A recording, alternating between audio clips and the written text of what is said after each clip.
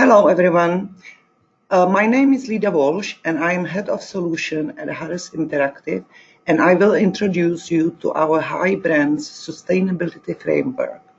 Later on, we will share with you some case studies from banking sector, newspapers, energy and spirit category. For some time, we were thinking if the traditional frameworks for measuring brand equity models are reflecting the modern way of marketing brands. There's evidence that looking only to brand equity and penetration is not enough to build a sustainable brand. Brands owners are interested how their brands will perform in the future.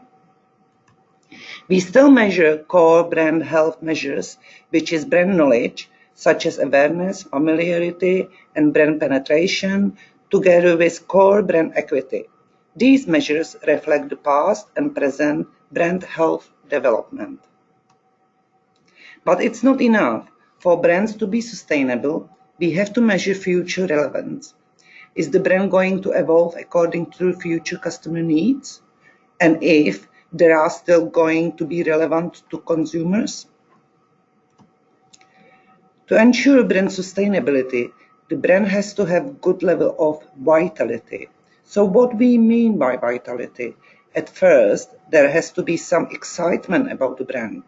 People must be eager to buy or use it and actively looking for information about the brand. Also, consumers have to have some sense of community or attachment to the brand. It means that there must be two-way interactions with the brand to allow co-creation. And there must be some level of empathy, such as personal identification with the people from the brand and empathy with other users. Then we calculate a high brand scores. There are 13 core questions which feed into the high brand pillars. These were extensively researched and validated during the framework development. A mechanism how to calculate one number high brand score was identified, and it was proven that this score strongly correlates with the marketing outcomes of brand consideration and consequent purchase.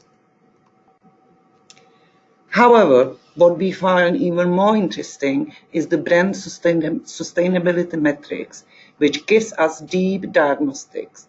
The vertical side of the matrix shows how strong a brand is in terms of its penetration and equity, which are the traditional measures. The horizontal side shows to what extent the brand is future relevant. The size of the bubble shows brand vitality.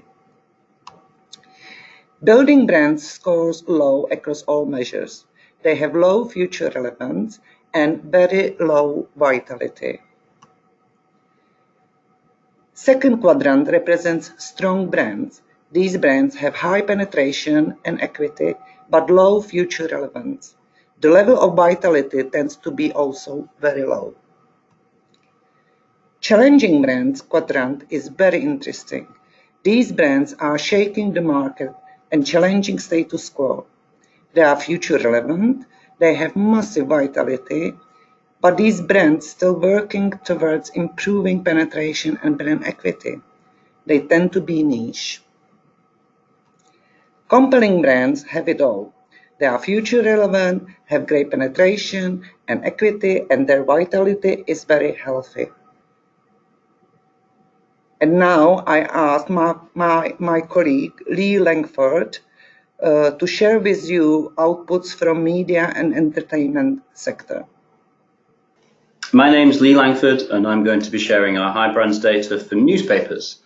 To clarify, first of all, what I mean by newspapers, we used a broad definition, any newspaper format, including print, websites and apps. However, we did limit the scope to daily newspapers that are available in print format. Now, first of all, a bit of context, and I don't think it will come as news to anyone when I say that print newspaper sales have plummeted in recent years. The negative trend is clear to see for all titles that have been around for the last 20 years, Prime example being the Sun, which is down from a circulation of almost 4 million in 1999 to just 1.4 million earlier this year. And in fact, the Sun's 40-year dominance of the circulation charts came to an end in early 2018 with the Metro taking over. So where have all these print readers disappeared to? Have they simply switched from print news to digital news from the same content providers? PAMCO, the publisher's audience measurement company, recognizes that we live in an increasingly complex world with audiences consuming news content across many different platforms. As we see here, digital channels now account for just over half of all daily reach for these titles. Effectively, we're seeing three divisions when it comes to reach. That's the Sun and the Mail in the Premier League, the Guardian, Metro, Mirror and Telegraph making up League One, and the Express, Times, Star and I are in League Two. On the face of things then, we're all accessing newspaper content in greater numbers than ever before, even if we no longer pay for that content. So what's the problem? Well, the problem for newspaper publishers is that their digital channels have begun to lose traction as well. For example, the top newspaper websites have all seen a significant decrease in unique browsers over the last 12 months, as you see here in the latest ABC figures. So where are we all getting our news nowadays? Well, we ran our own study looking at the changing face of news consumption a couple of years ago using our Harris 24 service. We discovered that the way in which people are accessing news content has evolved, with female millennials in particular initiating a shift from TV and print to digital and in particular social news consumption. Okay, that's enough context. Let's see what we can learn from our high brands data. So firstly, the overall high brands indices show that the Metro is number one, just ahead of its sister paper, the Daily Mail, and these two are followed closely by the Guardian and the Financial Times.